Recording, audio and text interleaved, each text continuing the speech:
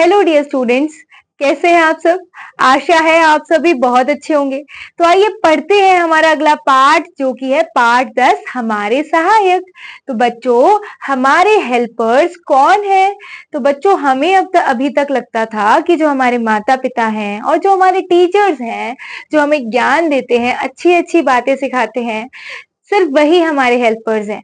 तो उनके अलावा भी हमारे और कौन-कौन से हेल्पर्स हैं बच्चों, वो हम इस पाठ में पढ़ने वाले हैं। ठीक है? तो बच्चों देखिए, व्यक्ति अपना अधिकांश जीवन अपने और अपने परिवार का समर्थन करने और अपने समुदाय के लिए धन कमाने के लिए काम करने, वस्तुएं या सेवाओं का उत्पादन करने में बिताते हैं। तो बच्चों, क्या होता है कि जो व्यक्ति होता है वो अपना अधिकांश जीवन यानी कि आधे से ज्यादा जीवन किसमें बिताता है? अपने समर्थन में और अपने परिवार के समर्थन में, और क्या, अपने समुदाय के लिए धन कमाने में लगाता है अपना जीवन, काम करने में, वस्तुओं और सेवाओं को उत्पादन करने में अपना जीवन लगाता है ना। लोग सामाजिक स्थिति, बौद्धिक संतुष्टि या कंपनी के लिए भी काम करते हैं। ठीक है बच्चों, अब देखिए, सभी काम स्वयं कर पाना संभव नहीं है। जितने भी काम होते हैं बच्चों, वो स्वयं कर पाना संभव नहीं है। हम खुद नहीं कर सकते हैं सारे काम, है ना। अपने कुछ कार्यों को करने के लिए हम दूसरों पर निर्भर रहते हैं, और कुछ कार्य ऐसे होते हैं जिनको करने के लिए हम किसी और के ऊपर निर्भर रहते हैं। ठीक है, तो ये लोग हमारे सहायक कहलाते हैं। तो बच्चों, जिन काम को करने के लिए हम दूसरों के ऊपर निर्भर रहते हैं, वे काम हमारे सहायक कहलाते हैं। ठीक है, हमें इनके महत्व को समझना चाहिए।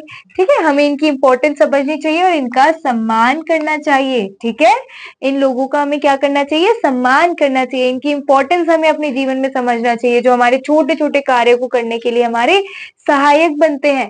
ठीक है बच्चों, तो आइए अपने इन सहायकों के विषय में जाने। तो बच्चों देखो, सबसे पहला सहायक होता है हमारा किसान। तो बच्चों, हमने पढ़ा है कि जय किसान जय जवान एक स्लोगन होता है, राइट। तो किसानों की जय क्यों लगाई जाती है? क्योंकि किसान एक ऐसे व्यक्ति होते हैं जो हमारे लिए अन्न उत्पन्न करते हैं। ठीक है, इसीलिए हमेशा किसानों का सम्मान करना चाहिए। ठीक है, क्योंकि उनको क्या कहा जाता है? अन्नदाता भी कहा जाता है, क्योंकि हमारे अन्न उगाते हैं। ठीक है ना, इनकी वजह से हमें भोजन की प्राप्ति होती है। अब देखो बच्चों, दूसरा होता है दूधिया। दूधिया हमारे लिए दूध लाता है, इसीलिए वो हमारा सहायक होता है।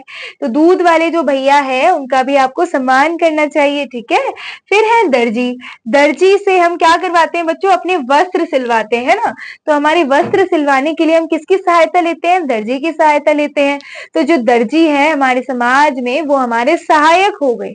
ठीक है बच्चों, फिर अगले सहायक कौन है? हमारे धोबी।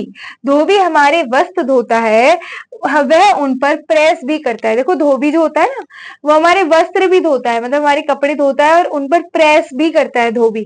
ठीक है, इसीलिए धोबी जो है वो हमारा सहायक है। देखिए, और मोची हमारे जूते सिलता है। जो मोची होता है ना दोस्तों, वो क्या करता है बच्चों? हमारे जूते सिलता है। इसीलिए मोची हमारे लिए सहायक है और उनका सम्मान करना चाहिए। किसी को भी छोटा या बड़ा नहीं समझना चाहिए। सभी काम करने वाले व्यक्तियों का हमें सम्मान करना चाहिए, चाहे वो काम, कोई काम छोटा बड़ा नहीं होता है, सब सहायक है एक दूसरे के, है ना बच्चों। अब देखिए, सफाई कर्मचारी गलियों और सड़कों की सफाई करते हैं। अगर सफाई कर्मचारी नहीं होंगे तो क्या हमारी गली और सड़क साफ रह पाएंगे? अगर गली और सड़क साफ नहीं रह पाएंगे तो आप बीमारियों से ग्रसित हो जाएंगे। इसीलिए इनका बड़ा सम्मान करना चाहिए, सफाई कर्मचारियों का, है ना बच्चों।